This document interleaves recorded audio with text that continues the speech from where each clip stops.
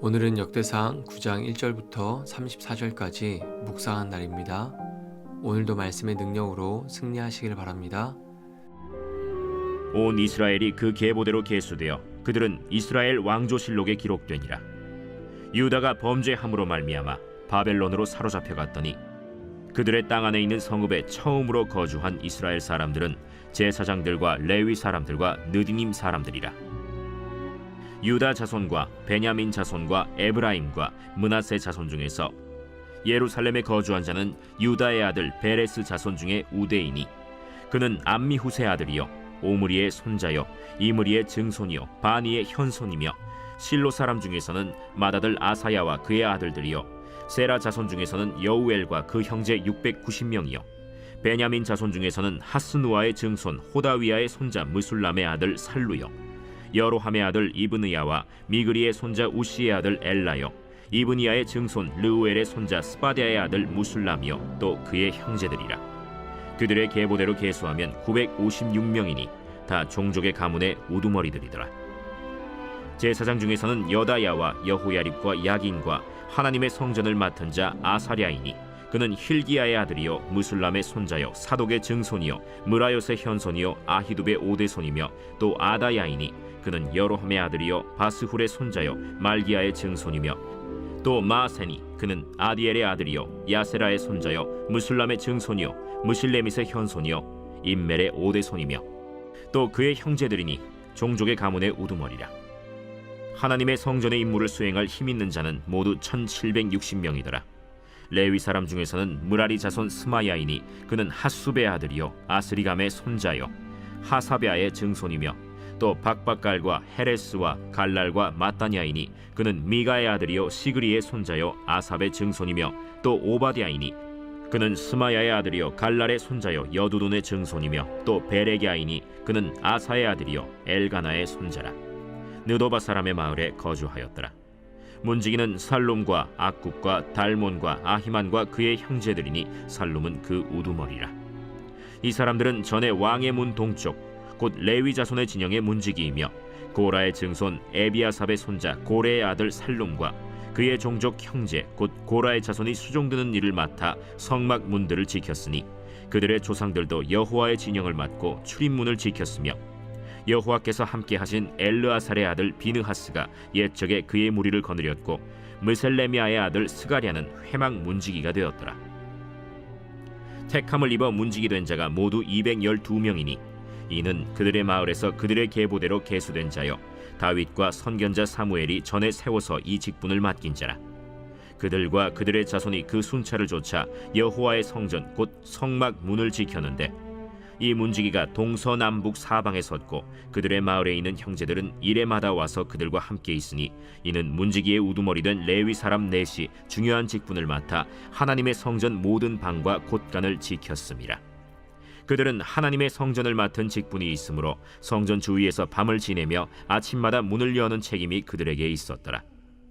그 중에 어떤 자는 섬기는 데 쓰는 기구를 맡아서 그 수효대로 들여가고 수효대로 내오며 또 어떤 자는 성소의 기구와 모든 그릇과 고운 가루와 포도주와 기름과 유향과 향품을 맡았으며 또 제사장의 아들 중에 어떤 자는 향품으로 향기름을 만들었으며 고라 자손 살룸의 맏아들 mat디디아라 하는 레위 사람은 전병을 굽는 일을 맡았으며 또 그의 형제 그핫 자손 중에 어떤 자는 진설하는 떡을 맡아 안식일마다 준비하였더라. 또 찬송하는 자가 있으니 곧 레위 우두머리라. 그들은 골방에 거주하면서 주야로 자기 직분에 전념하므로 다른 일은 하지 아니하였더라. 그들은 다 레위 가문의 우두머리이며 그들의 족보의 우두머리로서 예루살렘에 거주하였더라. 기브온의 조상 여이엘은 기브온에 거주하였으니 그의 아내의 이름은 마가라.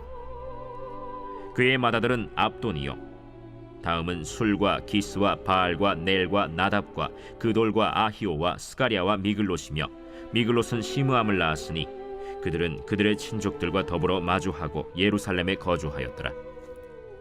넬은 기스를 낳고 기스는 사울을 낳고 사울은 요나단과 말기수아와 아비나답과 에스바알을 낳았으며 요나단의 아들은 무립바알이라.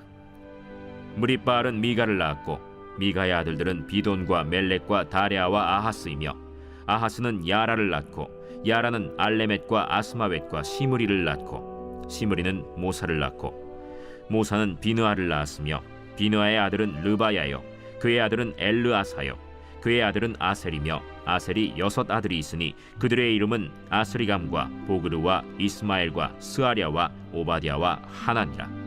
아셀의 아들들이 이러하였더라. 하나님 말씀에 불순종하고 죄를 범한 유다는 바벨론 포로로 잡혀갔습니다. 그들은 혹독한 포로기 생활을 하면서 말씀의 중요성을 깨달았습니다. 그리고 하나님의 은혜로 포로 생활을 마치고 예루살렘에 돌아와서 정착할 수 있었습니다. 때로는 죄로 인해서 하나님과 멀어지지만 하나님은 우리를 회복시키는 분입니다.